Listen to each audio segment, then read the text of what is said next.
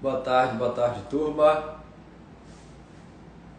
Vamos entrando para mais uma live aqui no meu perfil. Deixa eu só ver se eu consigo melhorar um pouquinho a imagem.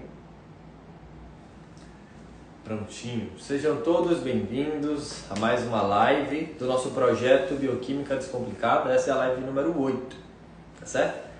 Para quem está aqui pela primeira vez, a gente iniciou um projeto tem 2 semanas, né? Essa é a terceira semana. Boa tarde, Fagner. Onde nós estamos terças, quartas e quintas discutindo a bioquímica de forma descomplicada. A gente pega um tema da bioquímica, discute ele de forma descomplicada e entende também a importância dessa via, desse tema para a prescrição nutricional, certo? Hoje, na live número 8, a gente vai falar sobre açúcares, sobre os diferentes tipos de açúcares, né? A gente não vou me referir diretamente ao açúcar de mesa, tá certo? Mas sim o carboidrato simples, o monossacarídeo, o mono e disacarídeo. Por quê? Eu sempre ouço falar que tal açúcar das frutas é diferente do açúcar dos alimentos industrializados. Mas será que isso realmente é verdade?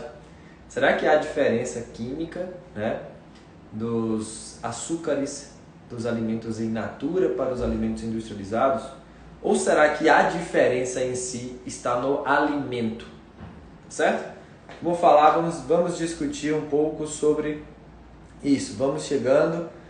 Lembrando que essa live vai ficar disponível aqui no meu perfil do Instagram.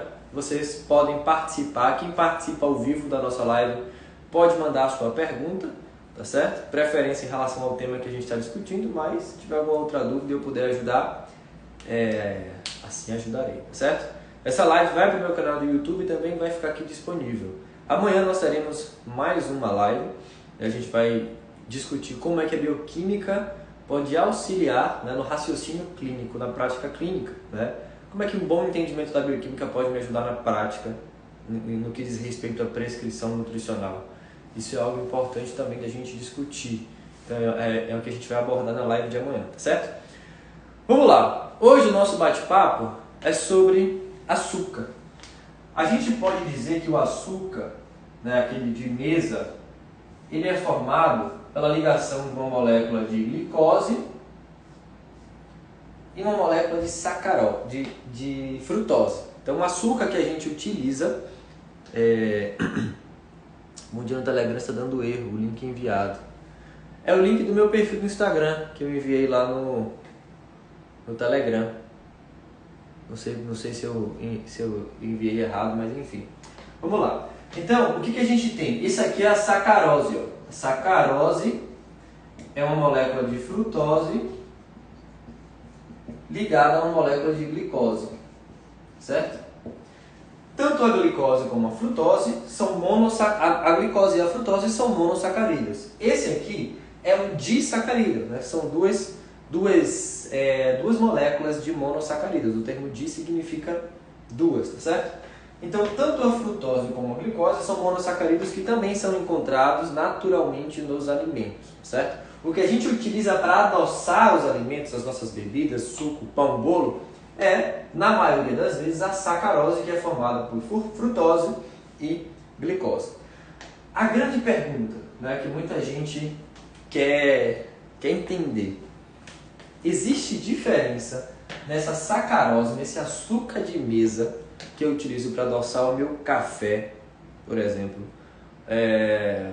quando comparado a essa mesma frutose que está na sacarose que a gente utilizou para adoçar o café?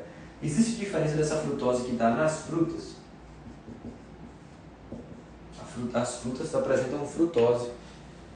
E a resposta é a seguinte, gente: não tem diferença, tá certo? A mesma frutose que a gente utiliza para adoçar, a mesma frutose que está presente nos alimentos industrializados, quimicamente falando, é a mesma molécula de frutose que a gente encontra nas frutas, tá certo? Mas, professor, por que o senhor fala então que... a gente já teve muitas aulas sobre frutose, né, no meu canal do YouTube. Essas aulas não estão mais no ar. Mas lá eu sempre falo que sim, a literatura mostra que o consumo excessivo de frutose está associado, de frutas não, certo? De frutose, está associado a problemas metabólicos, ao aumento de lipídios no hepatócito, esteatose hepática, hipertrigliceridemia, justamente porque há uma desregulação no metabolismo da frutose. Então, se há um risco associado ao consumo de frutose, eu posso inferir que há um risco associado ao consumo de frutas, né? Gente, a questão é a seguinte: por mais que o monossacarídeo seja o mesmo, por mais que a frutose seja a mesma, a fruta não apresenta apenas frutose. O açúcar de mesa que você coloca para adoçar o seu café tem essencialmente frutose e glicose. A fruta que a gente utiliza para comer, por mais rica em frutose que ela seja, ela não apresenta apenas frutose. Essa fruta tem fibras, essa fruta pode ter lipídios, né, proteínas, mas ela tem compostos bioativos, né? Ela tem vitaminas e ela tem minerais também. Então, por mais que você fale que a frutose é a mesma, né, e você faça essa correlação, já que o consumo excessivo de frutose está associado ao prejuízos metabólicos, a fruta é um alimento.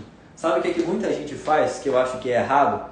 Comparar o consumo de um alimento com o consumo de um nutriente. A gente geralmente não consome a proteína, a gente não consome o carboidrato, a gente não consome açúcar puro, geralmente, né? A gente consome o açúcar dentro de um alimento. Então você não pode fazer a comparação. Já que a frutose, que é um nutriente, causa um determinado problema, um alimento complexo que tem esse mesmo nutriente vai causar esse mesmo problema. Não é bem assim que funciona. Então, por mais que exista esse risco do consumo excessivo de frutose, as frutas, por mais que apresentem frutose, não vão gerar um risco parecido. Você pode até pensar, professor, virtualmente esse consumo excessivo de frutas pode trazer algum tipo de prejuízo metabólico. Sim, hipoteticamente sim. Já você consumir uma grande quantidade de frutas, né, que a gente não sabe, se você me perguntar, professor, quanto é que seria o consumo excessivo de frutas, baseado nos estudos que trazem o consumo excessivo de frutose. Por exemplo, alguns estudos discutem que uma ingestão superior a 120 gramas de glicose por dia está associada à hipertrigliceridemia, piora no quadro de sensibilidade à insulina, né, e aumento de gordura dentro do seu hepatócito. Então eu posso dizer que se eu consumir 120 gramas de frutose através das frutas, eu posso ter o mesmo problema. Teoricamente, esse raciocínio, né, hipoteticamente falando, não faz sentido, né, porque você vai estar atingindo a sua cota de frutose. Então, então se eu consumir, sei lá, 20 bananas, eu posso ter esse perigo. Teoricamente, sim, né, mas tem uma coisa que esqueceram de falar. Quando você consome 20 bananas, por mais que você consuma, eu não sei se 20 bananas tem 120 gramas de frutose, tá certo? Não estou com a tabela aqui guardada na cabeça. Mas por mais, considerando que 20 bananas tenha 120 gramas de frutose, né, considerando que essa seja uma dose perigosa, né? Então, consumir 120 bananas por dia vai bater a minha cota de frutose. Só que quando você consome 20 bananas por dia, você está consumindo a quantidade equivalente de fibras, compostos bioativos, vitaminas e minerais, que podem, de alguma forma, reverter ou atenuar, diminuir o perigo que essa frutose vai gerar no seu organismo. Olha só que coisa interessante. Por que a frutose faz mal ao meu fígado? Por que a frutose lesiona o meu fígado, né? Basicamente, entendendo o metabolismo da frutose, acontece que toda frutose que chega ao seu fígado, ela vai ser fosforilada. O fígado vai marcar ela com fosfato e vai falar: frutose, você vai ficar aqui, você vai ser metabolizado aqui, não quero nem saber.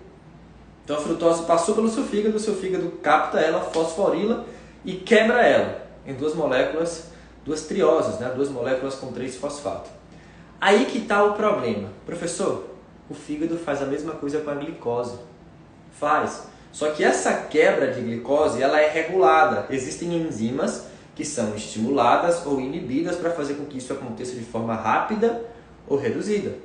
Já a frutose não. A frutose não é regulada. Então a frutose, uma vez que ela chegou ao seu fígado, o seu fígado vai metabolizar ela a uma molécula com 3 carbonos. O destino dessas moléculas com 3 carbonos, dessas trioses, né? Porque tanto a frutose como a glicose são moléculas com 6 carbonos, a gente chama de hexose, tá certo? Então, uma vez que a frutose chegou, ela vai ser obrigatoriamente metabolizada. E numa intensidade alta, porque a enzima que faz isso é uma enzima que tem uma afinidade alta. Né? Não sei se vocês já ouviram falar ou se vocês lembram do conceito de KM, né? De enzima, que é um conceito que avalia a afinidade da enzima. Quanto mais afinidade a enzima tem, mais reações químicas ela consegue fazer, mesmo com pouco substrato, né? Por assim dizer. Então, a enzima que metaboliza a frutose, ela faz isso, né? Como se fosse aquele amigo que com uma pessoa só ele faz farra. A frutose faz isso. Passou a frutoquinase, né? A frutoquinase faz isso. Passou a frutose na frente dela, ela fala, opa, vai ficar aqui comigo. Então, uma afinidade muito grande. Então, a gente pode dizer que a maior parte da frutose vai ser metabolizada. Vai ser quebrada em moléculas de 3 carbonos, em 3 trioses. E essas trioses, né? Deixa eu só colocar aqui para vocês. Vamos lá, porque a gente acredita que toda frutose vai gerar gordura. Deixa eu apagar aqui o quadro. Eu vou colocar aqui.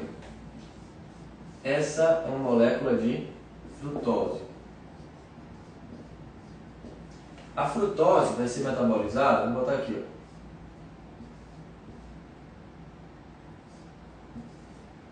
Em 2 moléculas com 3 carbonos cada, né? Ela vai sofrer hidrólise no seu fígado. Aqui a gente tem triose, vou botar aqui.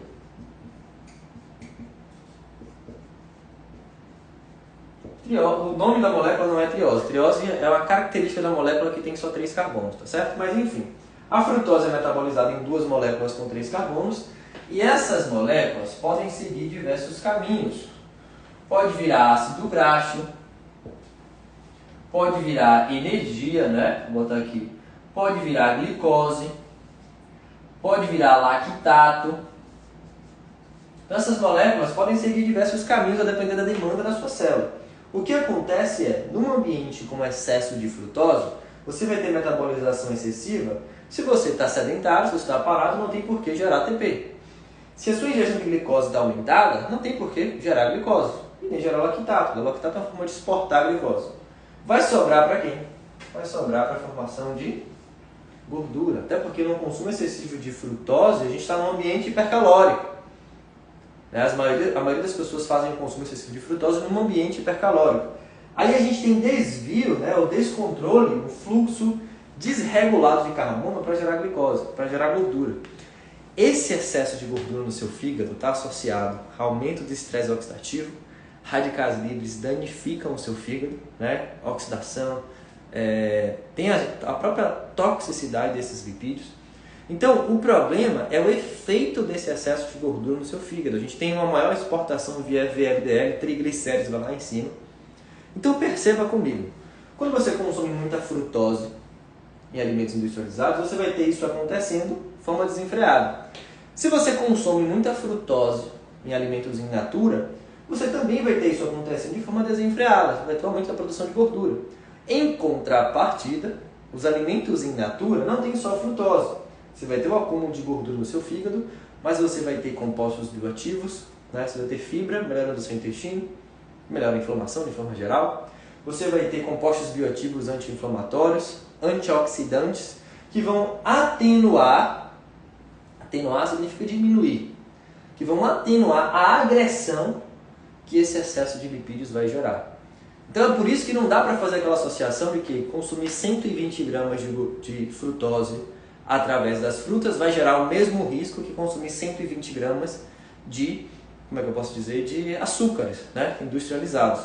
Porque você, além da quantidade de frutose, você vai ter junto a essa frutose compostos, né, que vão, entre aspas, proteger o seu fígado, não vão anular o efeito, né, mas vão proteger. Então, teoricamente, você precisaria de uma quantidade ainda maior de frutas para gerar o mesmo dano, o mesmo estresse, a mesma agressão que essa frutose adicionada geraria, tá certo?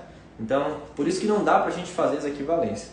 E além disso, por mais que você afirme que há uma relação direta, né, eu nunca li um artigo mostrando prejuízos do consumo excessivo de frutas. e até mesmo de suco de fruta in natura, porque a gente sempre associa suco de fruta a suco de laranja, né? Nem sempre um suco de fruta é um suco de laranja. Então, quando as pessoas fazem alerta do consumo excessivo de frutose, elas colocam lá a foto de sucos de fruta, e tem um suco verde, um suco vermelho e um suco amarelo, né? Nem todo suco é suco de laranja, tá certo? Você pode fazer suco de diversas outras frutas. A quantidade de frutose ou de carboidrato muda dependendo da fruta, tá certo? Isso é fato. Deixa eu ver se deixa eu passar alguma pergunta aqui. Vai precisar comer um caminhão de melancia.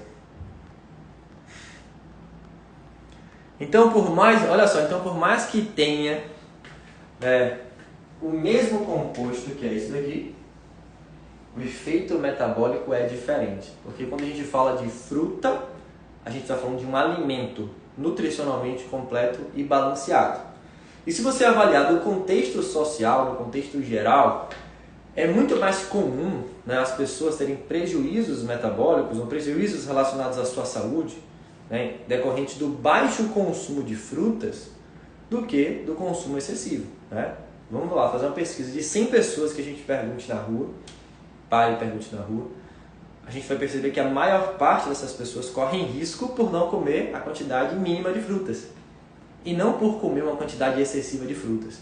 Então, qualquer recomendação, né, do controle da ingestão de frutas em relação à frutose, eu considero um desserviço à saúde.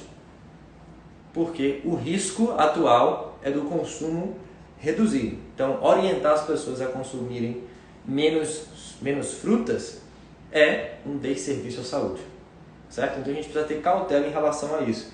Não precisa confundir. É a mesma frutose. É a mesma frutose que está na fruta, é a mesma frutose que está no alimento industrializado. Só que o efeito é diferente, primeiro pela quantidade que os alimentos industrializados apresentam, e segundo, pela presença de outros compostos que atenuam, né, os efeitos deletérios dessas frutas. Esses dias eu vi um colega compartilhando uma informação interessante.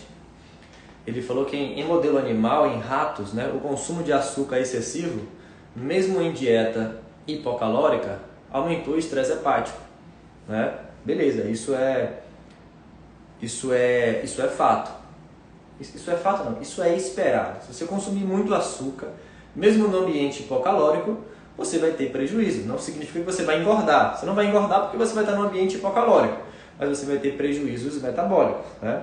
Isso dá a ideia de que a gente precisa controlar a nossa ingestão de açúcar independente da quantidade de calorias que a gente está consumindo, né? Por quê? A gente vai ter carbono desenfreado para fazer gordura. Isso aqui tudo é o metabolismo hepático.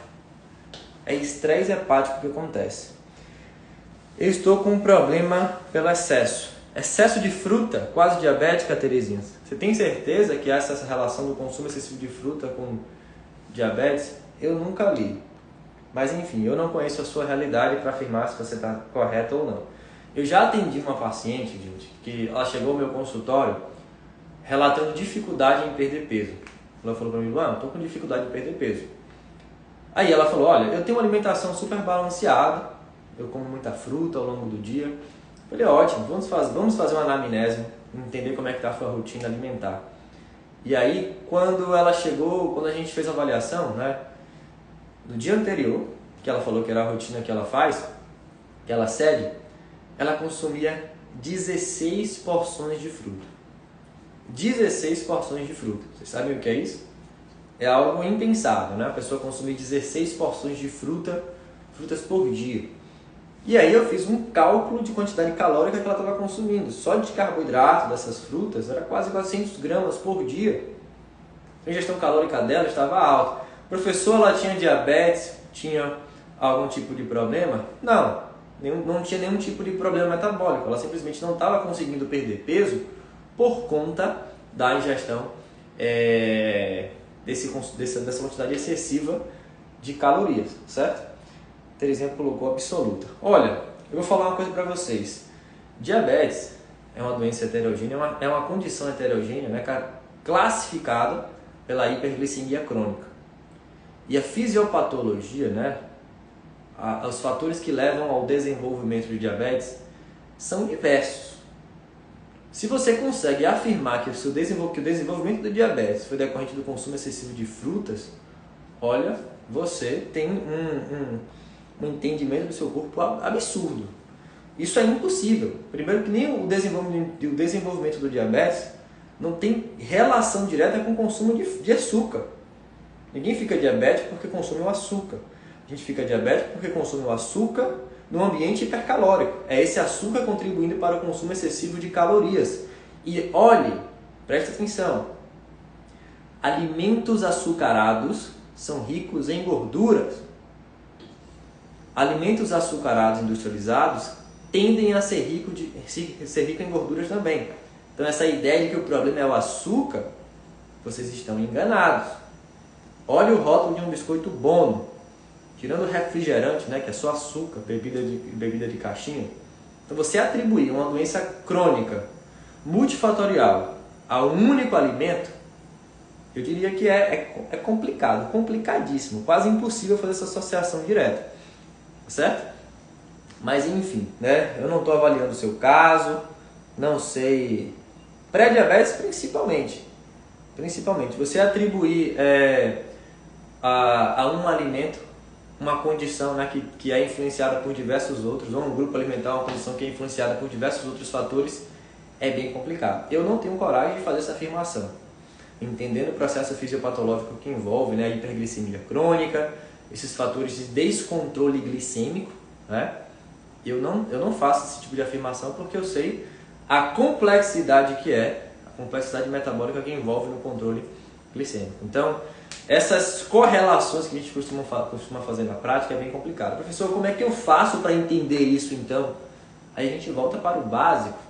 O que a gente está estudando aqui hoje? Bioquímica. Se você dominar e entender bem a bioquímica, você vai destrinchar, né, ou compreender melhor os fatores que levam ao desenvolvimento de condições clínicas. Uma vez que esses fatores foram compreendidos, você vai saber como, através da nutrição, você pode revertê-los. Sabendo que o principal fator que leva à insensibilidade, né, à resistência à insulina e a esse descontrole glicêmico, ele é decorrente de uma incapacidade, pode ser decorrente, na verdade, de uma incapacidade insulínica. Então, o que leva a minha insulina a falhar? Aí você vai lá na fisiopatologia, né, na fisiologia, funcionamento da insulina, bioquímica, aí você vai entender lá a inflamação. O que gera inflamação? Carboidrato contribuindo em excesso, glicemia em excesso, gordura em excesso, calorias em excesso. Tudo isso pode levar a esse quadro. Sabendo isso, você vai lá, através da nutrição, controlar esses fatores que podem estar associados a esse desbalanço, a esse descontrole glicêmico, tá certo? Então por isso que eu sempre bato nessa tecla aqui, ó.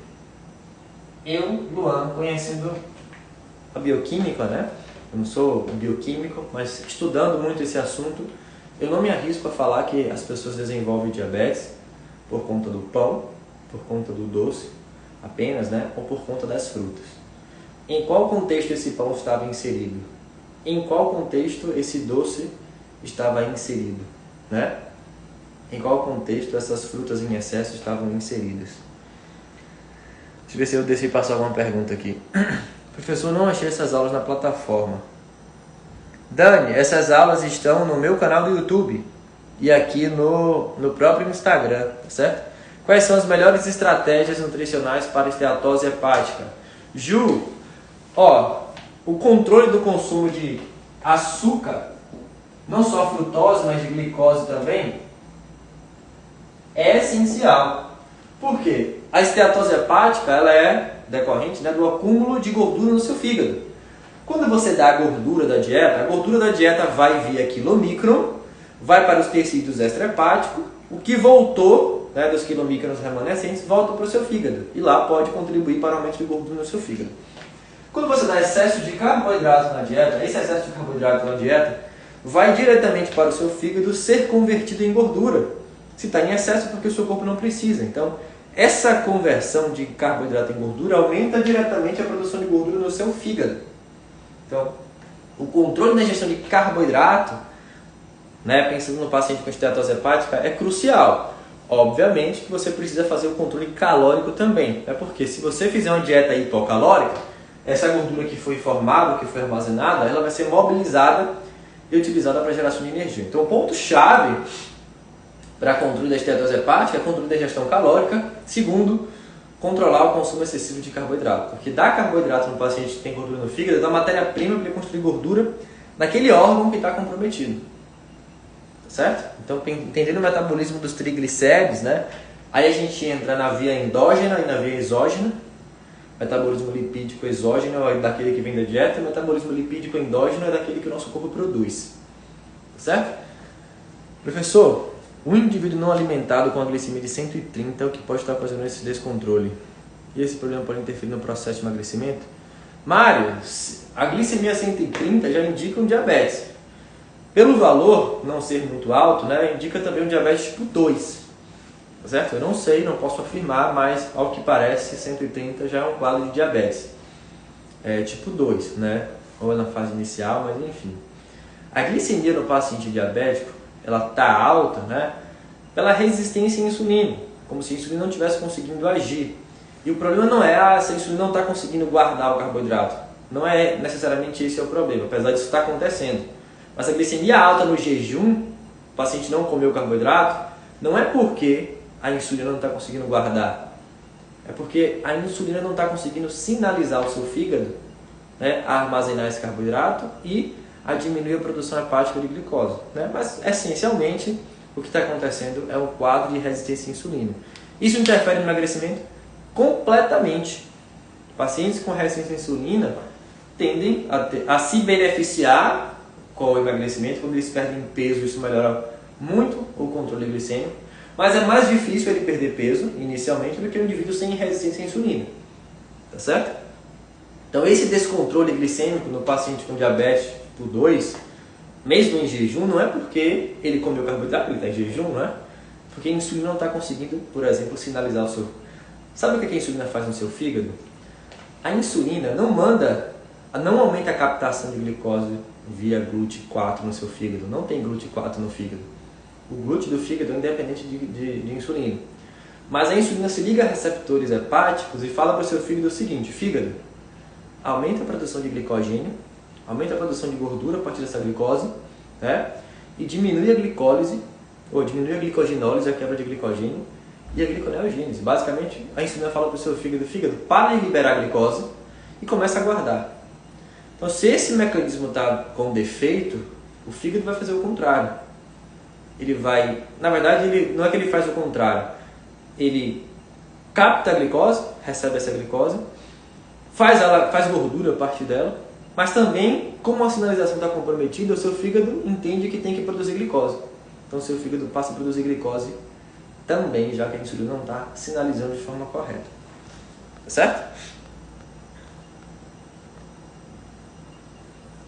Tem que ver a hemoglobina glicada. Hemoglobina. Em casos de profissões extenuantes, quando diariamente o indivíduo tem um alto gasto calórico e não consegue ter recuperação muscular de glicogênio suficiente, tem desidratação e fraqueza e trabalho no dia seguinte. Ju, essa é a continuação da pergunta ou é uma pergunta? Eu não entendi. Nesse caso, por exemplo, uma questão interessante. Às vezes o indivíduo não faz exercício, ele não vai para academia, ele não corre durante o dia, ele não pedala, ele não faz nada disso, ele só vai para o trabalho, trabalha como ajudante de pedreiro, né, carregando bloco, batendo massa, subindo laje. Isso por si já justifica o consumo aumentado de carboidrato. E às vezes um consumo maior do que aquele indivíduo que vai para a academia todos os dias. Porque esse indivíduo, como você mesmo falou, Ju, ele tem um gasto calórico e de glicogênio elevado. É por isso que a gente fala prato de pedreiro, né? Aquele prato enorme. E quando você vai olhar, o físico do pedreiro é trincado, abdômen definido. E come muito. Mas por que ele tem abdômen definido e pouca gordura? Porque ele gasta absurdos. Então, o fato da pessoa gastar muita energia nas atividades, independente da prática de exercício físico, faz com que ela tenha um gasto calórico alto. Aliás, eu estou finalizando a aula aqui sobre...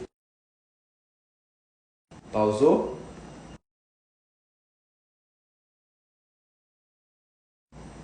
Tem alguém me ligando. Voltando, eu tô finalizando a aula aqui de déficit calórico, né? A gente vai falar sobre como estimar o gasto, as necessidades energéticas dos indivíduos. E eu vou falar para vocês a diferença de atividade física e de exercício, e a diferença em como estimar o gasto no exercício e na atividade, certo?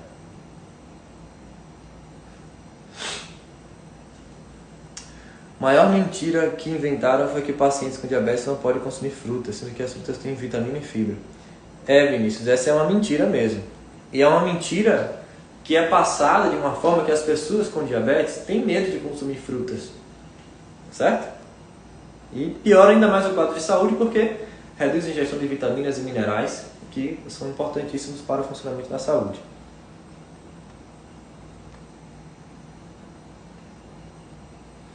Teremos aula na comunidade hoje? Com certeza, Carlos. A aula de hoje está sensacional. A gente vai falar sobre como definir o déficit energético. Daqui a pouquinho eu vou colocar o link da aula lá. A aula vai acontecer às 16 horas. Daqui a pouco eu vou colocar o link da aula lá na área de membros, certo? O que está se falando é sobre o excesso. Sim, Terezinha, quanto seria o excesso de fruta? Foi aquilo que eu perguntei. 20 bananas você acha que vai contribuir? Né? Mas e os compostos bioativos e a atenuação? É claro que abre, professor, então eu posso orientar 20 bananas para essa pessoa? Óbvio que não, né? Mas o que eu estou dizendo é que o risco do desenvolvimento de qualquer doença relacionada ao consumo de frutas é ínfimo. É algo que na sociedade hoje em dia o risco maior é do baixo consumo. Então, qualquer risco associado ao consumo de frutas é muito menor do que o risco do baixo consumo, sabe? Então, quando eu vejo a orientação assim, tem que ter cuidado com o consumo de frutas. Não, gente, deixa a pessoa comer muito, a pessoa não come nada. É melhor ela comer muita fruta do que comer um pacote de biscoito Bono. Um pacote de biscoito creme crack, apesar de ser gostoso com manteiga, né? Mas enfim. Onde será ministrada essa aula de calorias? Pri, essa aula vai ser ministrada para os membros da comunidade Nutrição Conhecimento Liberta. Dá para fazer parte? Dá. Se você for no meu perfil, você vai clicar no link, aí você pode se inscrever na comunidade Conhecimento Liberta, é uma comunidade com um grupo exclusivo no Facebook e 3 aulas semanais, certo? Uma dessas aulas é ao vivo comigo, toda quarta-feira às 16 horas. Na semana que vem, ainda nem divulguei o cronograma de fevereiro, eu vou fazer isso hoje na comunidade. A gente vai falar sobre soja, o alimento soja, riscos e benefícios, que existe um mito associado à soja, né? A gente vai falar sobre dietas vegetarianas também, então vai ser bem interessante, bem bacana os temas da aula dessa semana. Uma vez eu vi em uma aula que a perda de peso na esteatose hepática muito rápida seria prejudicial por causa do metabolismo de gordura. Mai, excelente. Excelente, você levantou uma questão importantíssima. Então, dietas muito restritas, quando o paciente tem esteatose hepática, pode ser ruim. Por quê? Quando o paciente tem uma perda de peso acentuada, intensa, desenfreada, o que acontece? O tecido adiposo dele coloca muita gordura na corrente sanguínea. Uma vez na corrente sanguínea, para onde é que vai essa gordura? Lipólise. Vai acontecer como se fosse assim, se você fizer uma privação calórica excessiva, vai acontecer muita lipólise. Muita gordura vai sair do tecido adiposo. Para onde é que vai essa gordura? Para o fígado, obviamente, né? Na corrente sanguínea ela vai para o tecido muscular e tal, o tecido muscular vai usar, mas uma parte dela vai para o fígado também. Então quando você faz uma dieta muito restrita para o paciente com esteatose hepática, você pode fazer com que mais gordura chegue ao seu fígado. Aí não vai dar tempo do corpo utilizar essa quantidade aumentada de gordura, que pode ser pior, tá certo? É pela lipólise excessiva. Diego falou, o risco é não comer frutas. Exatamente, é isso que a gente deve se preocupar.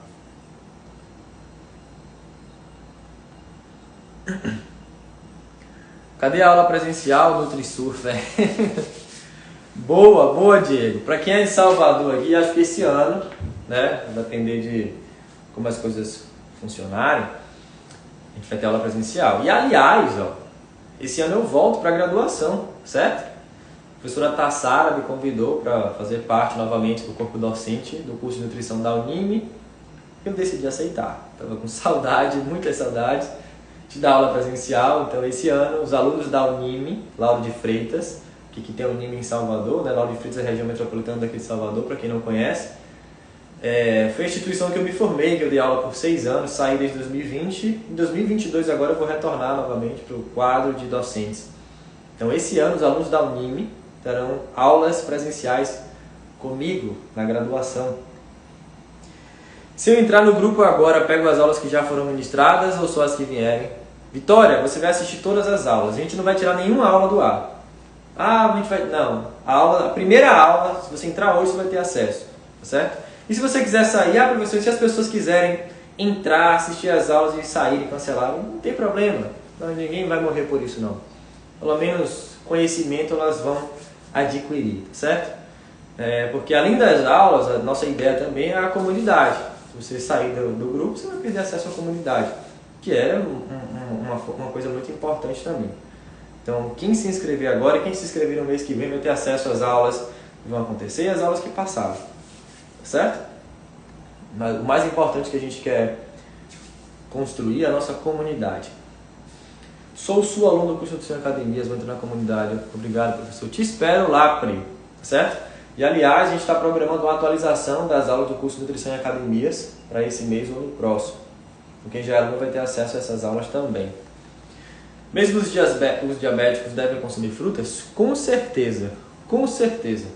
O diabetes é uma doença que aumenta muito o estresse oxidativo, né? Inflamação. Então, nesse grupo em específico, a ingestão de frutas são importantíssimas. Dani, quando as aulas vão para a comunidade? Dani, eu não sei se eu vou colocar na comunidade porque ela está aberta para todo mundo, tá certo? Esse projeto de bioquímica é um projeto gratuito. Então, eu tinha a ideia inicial de tirar as aulas do ar e aí colocar na comunidade, mas eu decidi deixar as aulas aqui para todos acompanharem. Então, seja da comunidade ou aluno que não é da comunidade, que não é de nenhum dos meus cursos, eles vão ter acesso a esse material. Então, você não precisa assistir essas aulas na comunidade. É só vir aqui no meu perfil ou no meu canal do YouTube e aproveitar, certo? Obrigado. Sorte de quem tem você como prof na graduação. Os alunos esse semestre vão ter, os alunos da Unime. Vem para Goiânia. Estou aguardando voltarem os cursos presenciais, da forma como estava antes, né? Eu já cheguei a viajar todos os finais de semana durante o ano de 2018, 2019. Bem cansativo, mas era muito bacana. Tinha contato com muitos profissionais. Mas depois que meu filho nasceu, eu falei, gente, eu vou dar uma diminuída, porque quero ficar com meu filho, né? Importante. Pode falar um pouco sobre o curso de Metabolismo dos Carboidratos? Amanda, o curso de Metabolismo dos Carboidratos é um curso com carga horária de 8 horas, com certificado, com apostila, né? Com exercícios, que a gente fala sobre todo o metabolismo dos carboidratos, certo? Vai ter outros nutrientes? Não. Se você quiser ter acesso aos outros nutrientes, tem o meu curso completo de Bioquímica e Fisiologia, que a gente fala basicamente da bioquímica e do metabolismo de todos os nutrientes. Inclusive, os alunos do curso de Metabolismo dos Carboidratos têm desconto. Desconto do valor que você pagou no curso de Metabolismo dos Carboidratos para o curso de Bioquímica e Fisiologia. Tá certo? Por quê? O curso de Metabolismo dos Carboidratos ele é o módulo 1 do curso de Bioquímica e Fisiologia. Para vocês terem ideia do quanto que o meu curso de Bioquímica e Fisiologia é completo. Né? Porque eu tirei o módulo 1, que é sobre o metabolismo dos carboidratos, e fiz o curso de metabolismo dos carboidratos. Entrei agora, como eu faço para acessar as aulas? Lu, se você entrou na comunidade agora, você vai receber um e-mail da Hotmart para acessar a área de membros. Nessa área de membros você pode entrar no grupo do Telegram, que é para avisos, tá certo? Na comunidade do Facebook, que é aberta, é opcional. E nessa área de membros da Hotmart você vai ter acesso a todas as aulas que já foram disponibilizadas. Professor, o senhor Broca. Esse aí é de Salvador, tenho certeza. Quando vem para o Rio. Quando me convidarem. Estou aguardando convites para cursos. Para me convidar. Esse ano de 2020 os cursos presenciais. Se Deus permitir. Certo? Admiro suas aulas, suas didáticas de forma clara e com excelente tom de voz. Muito obrigado, Dani. Muito obrigado. Né? É isso que eu gosto de ouvir de vocês. Que vocês estão aprendendo.